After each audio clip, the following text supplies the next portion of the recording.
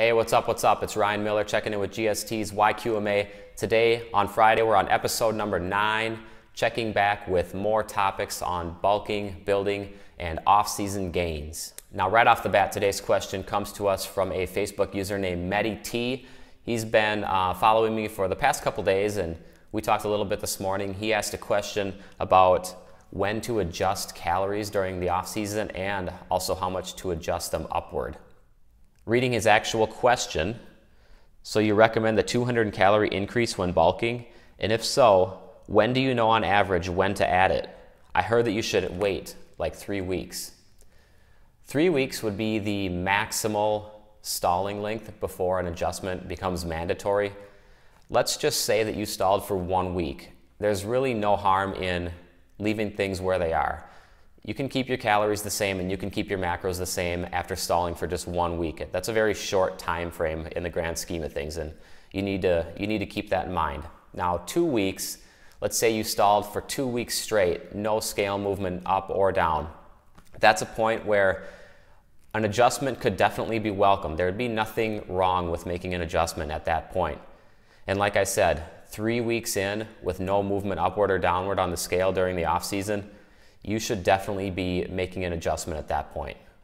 And then you asked about the adjustment amount, Medi, and the adjustment amount is not a universal amount. So you said something like 200 calories. I believe I used that as an example increase in a previous video, and that's probably why you said 200 calories. My point is that not everybody is going to be consuming the same amount of calories during their off season. And so it doesn't make sense that there's a universal one-size-fits-all calorie increase. So what you really need to do is you need to look at your total calories consumed, and you need to bump your calories up based on that number or based on past data that you've had in past off seasons. Sometimes you can use a percentage of your total calorie intake. Sometimes you can use a result from the past. And when you're making that calorie increase upward, you have the question of where should those calories come from? Typically, you're not going to be adjusting protein upward. I'm a fan of basing protein off of lean body mass, which changes slightly over time. So your protein intake really doesn't change that much, and I wouldn't worry about adjusting that up on a regular basis. From time to time, give it a bump, but that's about it. Fats typically stay around the same point. It just depends on how much your calories increase.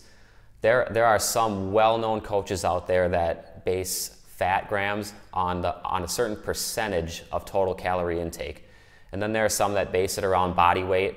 Now, obviously, if you're basing it on a percentage of total calorie intake, every time you make an adjustment upward, your fat grams should increase. If you're basing it on body weight, your body weight should be increasing slowly, and so fat is going to be treated like protein, where from time to time you can give it that incremental bump, but it's not going to be something that changes with every single adjustment. The final macro and the final variable in adjusting upward is going to be your carb intake. Carbs are the most variable macronutrient, and typically when a person makes adjustments in the off season or the prep season, carbs are the #1 variable there. People look to carbs right away. Okay, let's do a little recap for this question. Basically, don't adjust after 1 week, possibly adjust after 2 weeks, and definitely adjust after 3 weeks when adjusting upward during the off season. Primarily, adjust your calorie intake through carb increase, and 200 calories is not the generic amount to increase during an off season. Adjust based on you, and adjust based on a percentage of your current intake or past personal results. All right, Medi, I think that's it for your question. I think I got you covered. And if anybody else has any questions for me to answer in coming weeks on any topic, training, nutrition, or just whatever you feel like asking, I'll do my best to answer your questions and get you taken care of as quickly as possible. Thanks for watching. Everybody enjoy the rest of your Friday.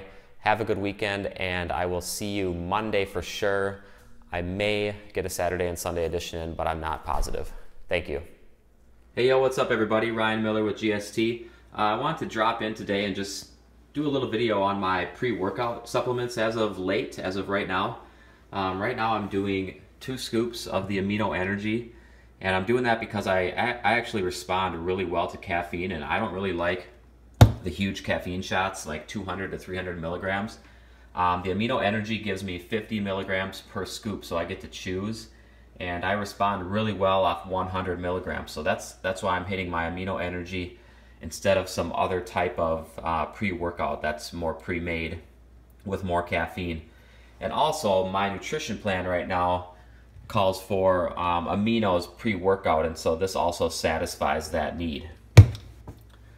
I like my beta-alanine. This stuff lasts forever. I just do 1 scoop per day, and I love the feeling that I get from it. It gives you those tingles, and for me, that physical sensation really just signifies that it's training time. Creatine monohydrate. This is also a daily supplement for me. This is a supplement that you can take any time of the day, but I prefer to take it pre-workout. It's just a nice ritual, and it reminds me to make sure that I get it in. Now, pre-workout, these are my 3 supplements right now, and I also add in about 10 grams of carbs. Intra-workout, my plan calls for Extend. Well, it doesn't call for Extend, it calls for BCAAs, but I'm a fan of Extend's flavors, and so that's what I use. I can always find good deals on Extend actually on eBay. If you use eBay for your supplements, you can actually get them at a lower cost, and usually the shipping is free. That's kind of an insider tip, but for a couple months now, I haven't used anything but eBay for my supplements, and I've been saving a lot of money on the actual cost of the product, plus the fact that it's free shipping. So this is a little rundown of the main supplements that I'm on right now. Amino Energy, because it allows me to choose my caffeine load pre-workout and gives me those aminos that my plan calls for. Beta-alanine, creatine monohydrate, and BCAAs intra-workout.